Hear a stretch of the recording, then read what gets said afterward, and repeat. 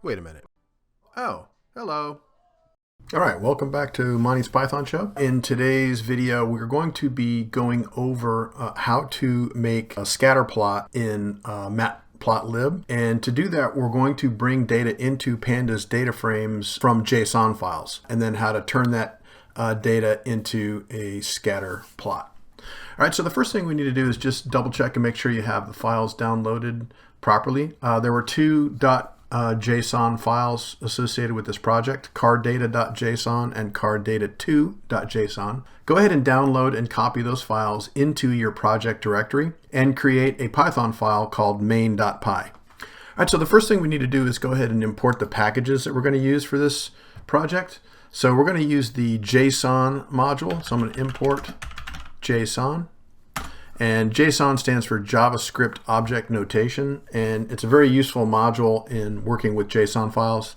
And you'll see why JSON files are very popular with Python programmers, and that's because they look very similar and act very similar to a dictionary, and we'll demonstrate that in just a moment. We're also going to use pandas, so I'm going to import pandas as PD. And we're going to, of course, use Matplotlib's pyplot module for drawing our scatter chart. So I'm going to import matplotlib.pyplot as PLT.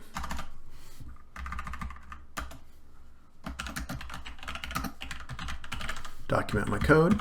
Okay, so then let's go ahead and take a look at these two JSON files that we have created. So I'm gonna open up cardData.json in my Spider IDE just by double clicking it in my file browser, and you can see that this file looks very much like a dictionary. It has curly braces, and then inside the curly braces it has what appears to be key value pairs, where the keys are these car identifiers: car1, car2, car3, car4, and the values for each of those is another dictionary that has four key value pairs inside of that: price, mileage, horsepower, and efficiency. So we've got, looks like 20 different cars, each of which has a set of key value pairs with various pieces of data about those cars. So that's our data, cardData.json. Let's take a look at cardData2.json. So opening that up in Spider, we can see that again, this looks very much like a dictionary, but it has a little bit of a different layout. Now, looking at this, it looks a little messier. There's some additional dictionaries inside. You can tell by these extra curly braces here, these closing curly braces. So there's appears to be a metadata key with some data about this file, and then it looks like there's another key called cardData, and the cardData key has as its value, it looks like the card data that we saw in the other JSON file is actually the data that's associated with the card data key here.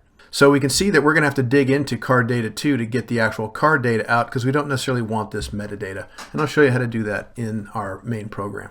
Okay, so let's go ahead and show you how to get the car_data.json data into a pandas data frame. And since that file is in a fairly simple one layer, what looks like a very simple dictionary, we can actually just bring that into our pandas data frame using the read JSON method of pandas. And it goes like this. Let's call our data frame df. And we're going to set it equal to pd, which is our pandas alias, dot read_JSON. And then we're going to tell it the name of the file, which is car_data.json. And then the read JSON has another argument that you can pass, which is the orient argument. And this will tell pandas what piece of data to make as the index. And we want to orient the keys to be the index of our data frame. So we're going to say orient equals index. And that will set the keys of the dictionary or the JSON file as the index of the data frame. All right, so let's go ahead and run that. Make sure we got no errors. And then let's look over here in the console and let's take a look and see what's inside of df. I'm just going to df. Okay, so you can see that it brought our data into our data frame in a pretty useful way. We've got the individual cars as the index, and then our columns are the four different data values corresponding to each one of those cars. So that looks like a pretty easy and easy to work with layout right there. Okay, so let me just document that. And say if your JSON file is organized how you want to read it. Okay, but let's play around with the other JSON file a little bit and see what we can bring in from that. So I'm just going to say if the data you want is nested in the JSON file. Okay, so if the file is nested, one way we can bring that data in is by using file IO operations. So we could do it like this with open. So we're actually going to open the file. We're going to create a stream to read the data in from the file.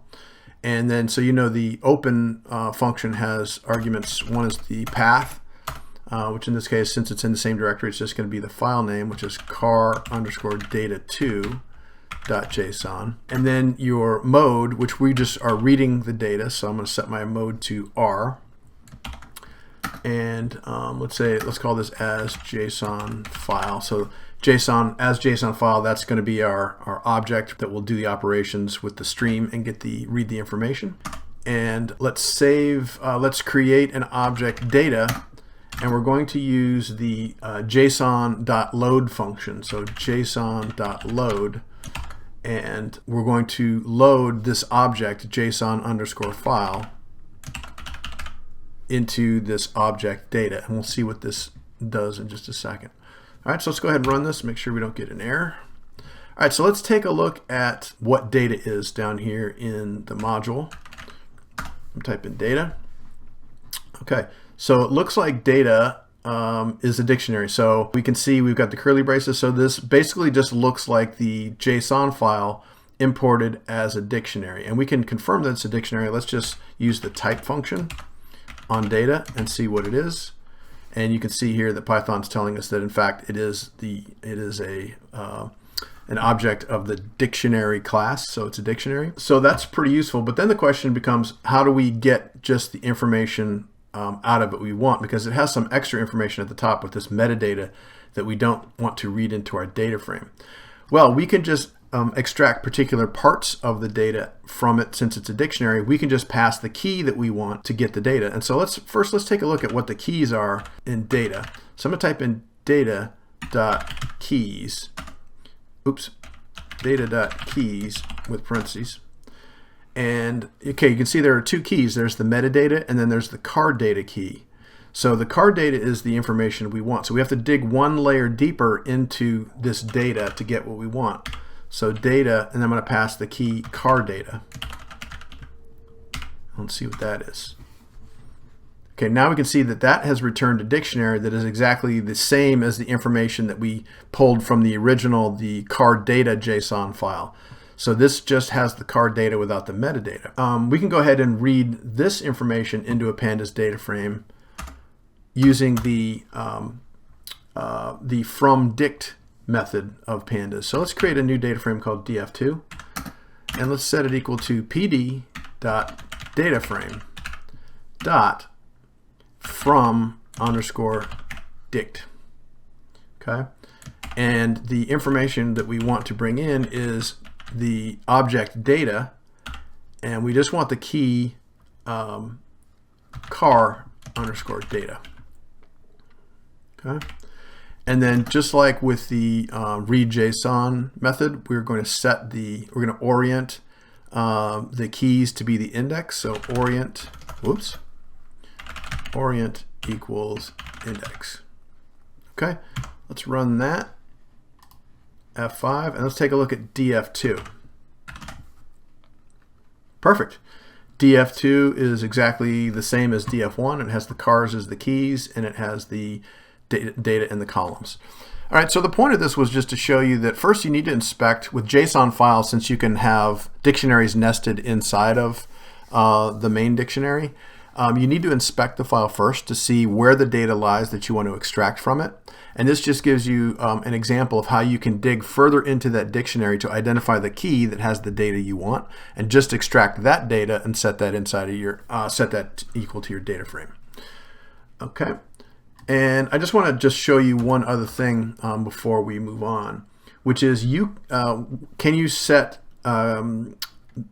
you create a data frame directly from car data without the from dict method? You can. Watch this. So let's create a new data frame called dataframe3, df3, and set it equal to pd.dataframe, and just pass the argument data, car_data, and let's go ahead and run that. Now let's inspect D3 in our console, df3. Okay, so you can see it has the same information as the other data frames, data frame 1 and 2, but it's oriented in a different way. It's transposed. So it has the price, mileage, horsepower, and efficiency as the indexes, and it has the cars as the columns. So it's not in the same format. Well, then you can say, well, why don't you just orient the data frame so that the keys are the index? So here you can go orient equals .index. Now let's run that, and you see that we get an error. Dataframe .init got an unexpected keyword argument orient. So what's happening here is we're using the main constructor method to create a data frame, and it does not have an argument in that constructor method to set up to orient the index. That is something that is specific to creating data frames from dictionary and dictionary-like objects. So that's why when in the from dict and in read JSON you have those arguments, because those are dictionary-like objects. But the main constructor for creating data frames does not have that. So that creates an error. But there is a fix for that. Rather than passing orient equals index, there is a method that you can apply to a data frame, which is the transpose, and that is just .t. And what the transpose method does is it swaps the axes. It takes the current index and sets those as the columns, and the current columns and sets that as the index. So I'm just going to put .t at the end of this and run that code, and now you'll see that df3 looks just like df2 and df. They're all the same. Okay, so basically those are 3 ways to get information from JSON files into Pandas data frames, and depending on the type of the data and how it's nested, one or the other will be easier to use for you to create your data frame. Okay. So for this analysis, we only need df, or one of the data frames, to plot the data, since they're all the same. So we're just going to work with df from here on out. So let's go ahead and create our scatter plot. And in the first pass, we're just going to create a very simple scatter plot that just plots the x and the y axis data. And we're going to use horsepower as our x data, so the horsepower column from our data frame. And we're going to use the efficiency, the miles per gallon, as our y-axis. So we're going to be plotting horsepower versus fuel efficiency. And you would expect there to be a declining relationship, a negative slope to this scatter plot, because the more horsepower you have, you would expect to get less fuel efficiency. So let's go ahead and set our x and y variables. We're going to set x equals 2, and I can just reference our data frame directly and pull the columns we want, just like you would with as if it was a dictionary. So we're going to do df and horsepower. That is our x data. And our y data is going to be from df, going to be the efficiency. And if I look over here, I can see that the actual column name is efficiency space and then capital MPG inside of parentheses. Okay, so that's our fuel efficiency data on the y-axis. Okay, so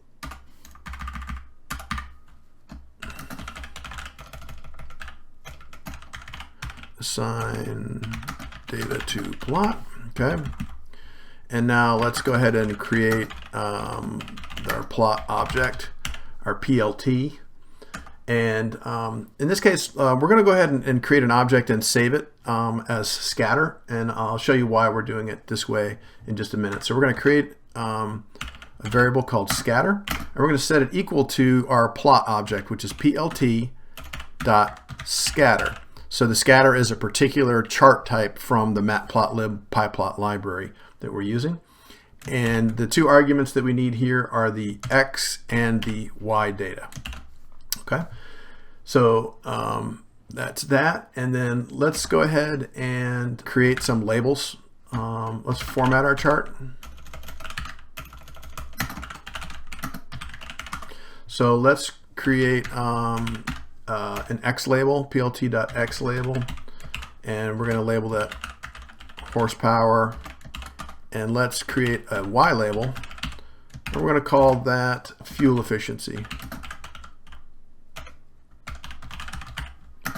Space MPG.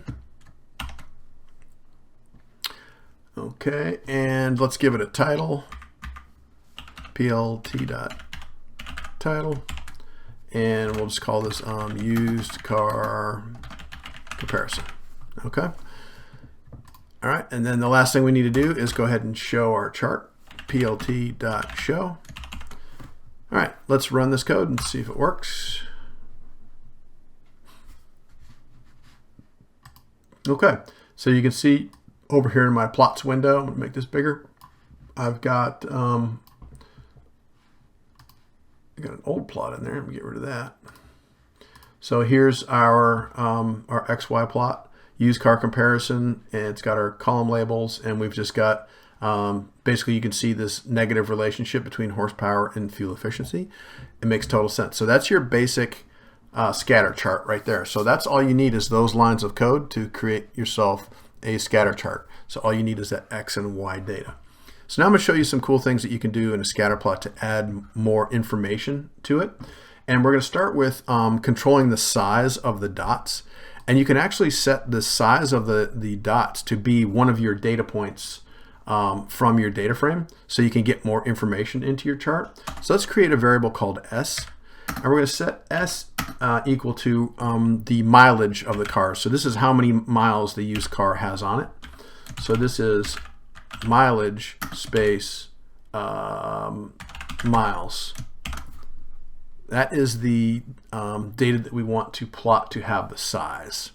Then what we want to go ahead and do is we need some way to control the mileage, since there could be a very wide range of miles on an automobile, and it can make like some dots really huge and others really small. So we need some way to kind of scale it to control it. So in order to do that, we need to calculate what the average mileage is. So we're going to call this average miles. And we're going to set this equal to the average of the mileage value. So just like we have here, mileage, miles, okay. And then once we have the data, we do dot mean. And that mean will calculate the average mileage of all the cars in our data frame and save that in average miles, okay. So then we need to change our scatter plot definition here. We're going to add an additional, and we're going to add an argument for size. I'm going to set S, we're going to call it S equals. It's going to be, S is going to be equal to itself, S, divided by the average miles times 100. Okay, so this is just scaling the miles relative to the average miles.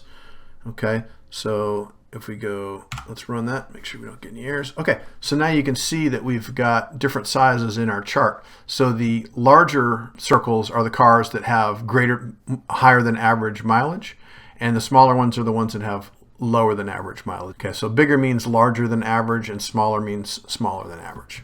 Okay, so that's how you can plot one more piece of data using the size of the plot points. Now I want to show you another thing that you can control, which is the color of the dots. So let's create a new argument here. I'm just going to do it right before size. I'm going to set C equals, and you can change your color here like this. You could do red. Let's run that. And you can see it changed my data points to red. And so there's a whole list of colors. You can Google all the different colors that you can use for your scatter charts. There's orange. But the other thing you can do that's really cool in Matplotlib is you could create a color gradient. and the color gradient could be tied to a particular data from your data frame. And so we're actually going to use the prices of the cars as our color gradients. And the way we're going to do that is, so we need to add a new variable down here for C. And let's set C equal to, from our data frame, the price. And so that the column heading is price with a capital P space USD in parentheses. Okay, so I just created a new variable called C, and that is actually the price from our data frame. And then down here, instead of saying C equals orange, I'm going to set C equal to C. So the first C is the keyword that the scatter function is expecting, and the second C is actually the C that is our variable. So it could be a little confusing using the exact same letters, but it's just saying the keyword C is equal to our variable C. And what this will do is it will set a color gradient in our chart. And so we need some way, we need a legend so that we can interpret what those colors are. And the way you do that is by creating a color bar. So we're going to create a color bar like this, plt.colorbar, and you tell it what object you're adding the color bar to. And so this is where we're using the plot object scatter, the name scatter. So we're going to tell it we want to put the color bar in the object scatter. We're going to say the label is equal to price, because that is the information that we're plotting using the color. And then the other thing we want to do is back up in our plt.scatter function is we want to create a color palette, and the default color map is something called a viridis. But let's change it. Well, actually, let's just leave it as the default and take a look at it, and then we can mess around with changing it. So let's go ahead and run this code and make sure it works. Okay, so it worked for me, and then you can see in the chart here, now I've got a color bar on the right here that's labeled price. And so the less expensive cars are the darker colors, and the more expensive cars are the lighter colors. So you can see in our chart, as we get higher in horsepower, it looks like we're getting more expensive and we're getting less fuel efficiency. But these looks like these also tend to be newer cars. They have less mileage on them as well. And so that's how you can add a color bar into your chart. And I just want to show you a couple other little features of this chart before we finish. So let's try changing the color map. And so let's set an argument called CMap. And here's some of the other colors that you can use. So one is called Jet, for example. And so that's what Jet looks like. It's got very bright colors from across the spectrum. There's another one called Plasma, which is different shades of orange and purple, kind of, I guess, volcanic colors maybe. That's Plasma. There's Inferno. Oops. Here's what Inferno looks like. So from black to yellow, that's kind of the range there. You can Google it. There's other color maps. And here's back to, this is Viridis. And then one other thing I want to show you is you can play around with the scaling, like here for our size factor, which is mileage. If I mess around with this scaling a little bit, let's set this really big. Let's set it to 500. And now you see I've got some overlapping bubbles right here. You can set the opaqueness of the dots using an argument that is alpha. So the alpha argument sets the opaqueness, where 0 is basically transparent and 1 is completely opaque. So let's just set this, for example, to 0.3. And then you see what happens. So it retains the color, but you can see through the dots to get a better sense. So if there was a dot hiding underneath there, you'd be able to see it, and you can see the fullness of all the other dots in the chart. Okay, so that does it for our scatterplot demonstration and getting information from a JSON file. So the key things to take away from this is, before you import your data from a JSON file, make sure you inspect it. See how nested the data is that you want to extract from it. And then based on how the data lies in that JSON file, you can determine what method is best for you to get the data into your project and into a Pandas data frame. And then you see some of the cool things that you can do with scatter charts, in terms of you can actually plot 4 different points of data inside one scatter chart. All right, until next time, keep the crumbs out your beard and Python.